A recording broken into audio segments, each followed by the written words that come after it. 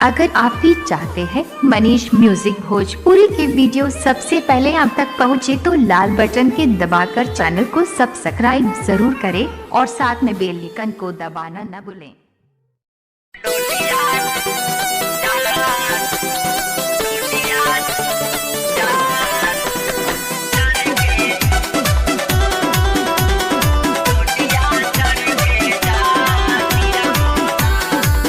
Recording by Manish Music Bhojpuri.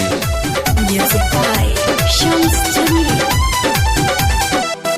लागे जिए ना दी पागल बना दी खूबे छछनावतिया होना लागे जिए ना दी पागल बना दी खूबे छछनावतिया होना एरामा हो जन हमर डोलिया चढ़ के जातिया होना एरामा हो जन हमर डोलिया चढ़ के जातिया होना।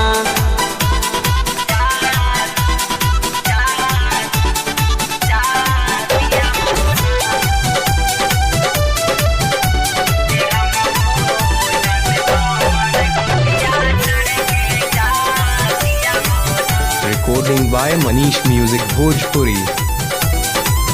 भैली मटकोरी मरवा 8 बजे रात में गल धोके बेरा कहले छोड़ी द हमरे आस के भैली मटकोरी मरवा 8 बजे रात में गल धोके बेरा कहले छोड़ी द हमरे आस के सब कुछ भुला दी हमके मुआ दी तानी ना सोहातिया होना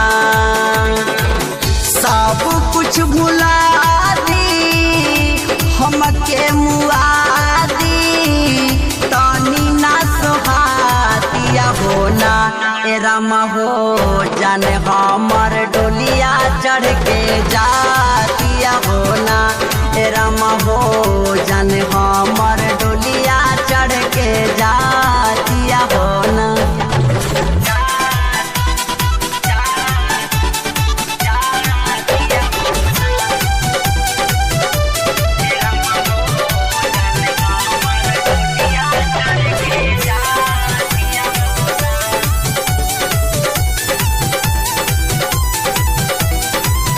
बचपन से रखले यारून सीना से साट के जोड़ले विधाता नाता राजस के साथ में बचपन से रखले यारून सीना से साट के जोड़ले विधाता नाता राजस के साथ में हमके सजा